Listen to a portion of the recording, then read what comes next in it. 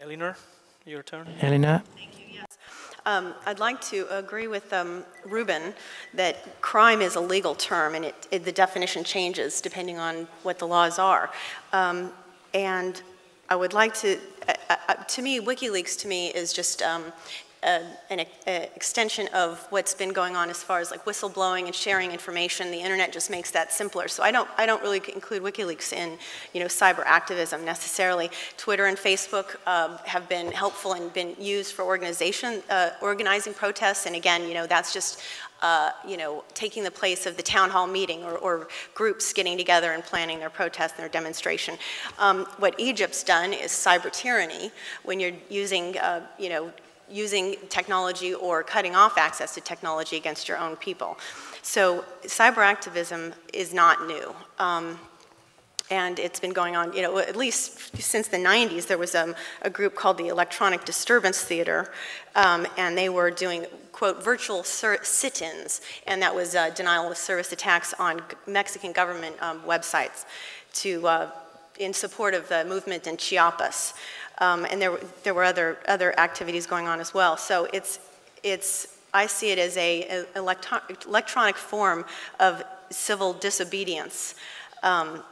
And it's a vital part of a free society and a way of people expressing themselves. And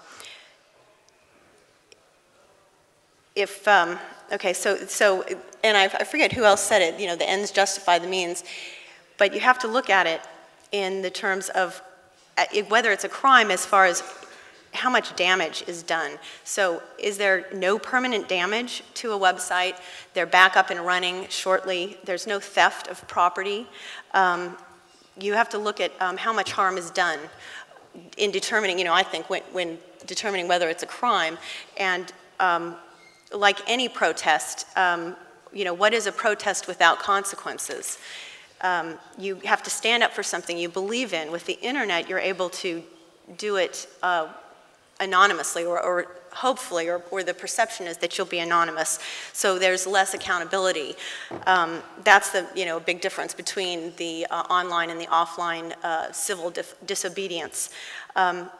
Often, another difference is that there's online, because many governments are afraid of something new and they don't understand it, they tend to overreact, and the punishment doesn't fit the crime often. So you're going to get the people arrested for the denial of service attacks in the anonymous case in support of WikiLeaks.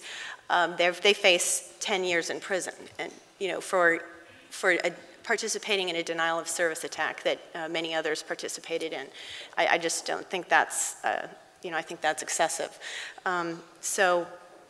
Whether it's a crime legally, depending on what country you're in, yes, it probably would be. But again, I think that you have to look at the motivation. You have to look at the ultimate goal. The protests and the civil rights in the U.S. were illegal at the time, but they were necessary, and that's how change came about. So, I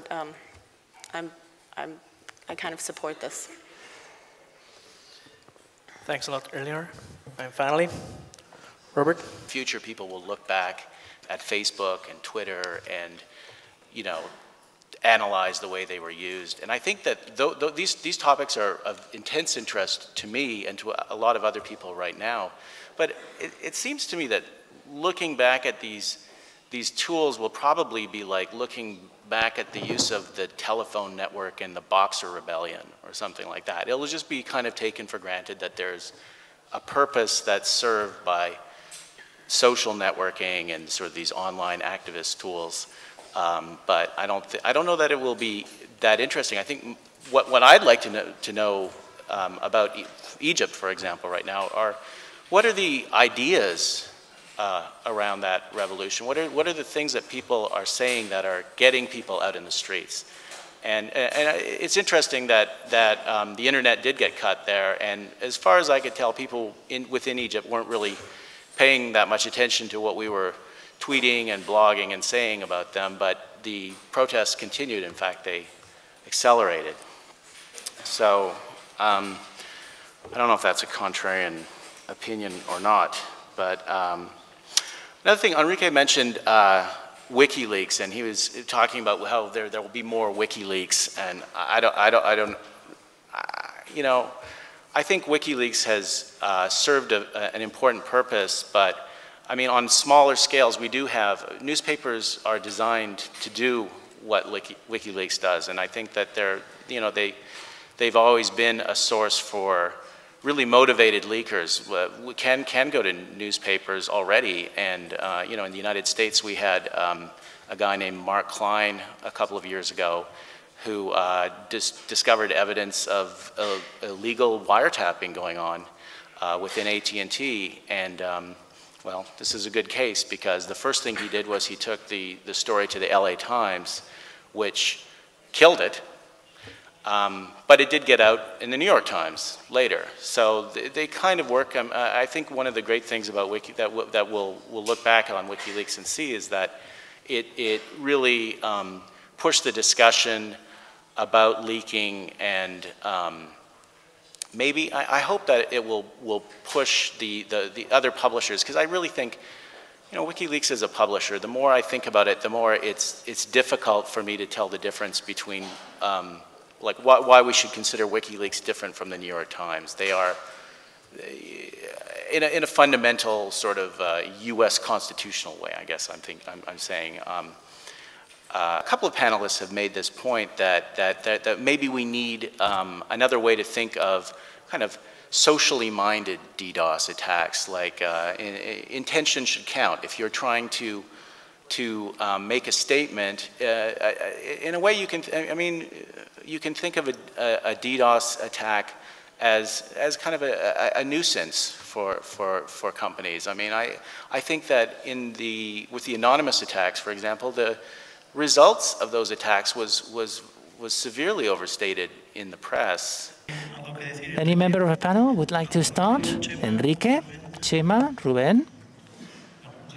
Well, Enrique, if you want to go ahead. I think the essential thing is to understand, apart from what we are seeing through Twitter, is it legal or illegal? For a lawyer anywhere, it would be horrible to realize that legal and non-legal, or legal and illegal, are relative terms. Lawyers would find this horrible. It is the environment that surrounds the definition of crime. We cannot really say that Egyptians taking out to the streets with huge levels of unemployment, with an absolute lack of happiness in the population, we cannot say, oh, well, those Egyptians are so wicked because they're doing something illegal. Well, it makes sense that they do those things. So what is happening, really? We are realizing that the social networks are reducing the size of the obstacles that we need to overcome. In the past, you needed to run in front of the police. Today, it is just about retweeting. And you go to bed feeling really well because you've done something very cool. You've sent out something in Twitter.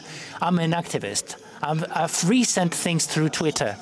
So what we are witnessing is that this velvet revolution, what we are seeing in Spain, opposing that internet access bill, oh, I'm so angry, I'm going to send tweets. It is so horrible. So people feel cool. Oh, there's so many people sending things through using Twitter. Oh, wow, we're so wicked. We're so proud of ourselves. This is what we are doing in Spain. There's nothing beyond that. So then someone realizes that nothing happens. It's 4 people out in the street. It's just 4 isolated guys doing nothing. Thereby, we are benefiting the government because they are realizing there's only 4 people demonstrating. And if those 4 people demonstrate, there will be another 4 people coming along and saying, oh, come on, don't be so wicked. Don't carry out a DDoS attack because it is so wicked. So it is way too smooth, the revolution we are witnessing in this country.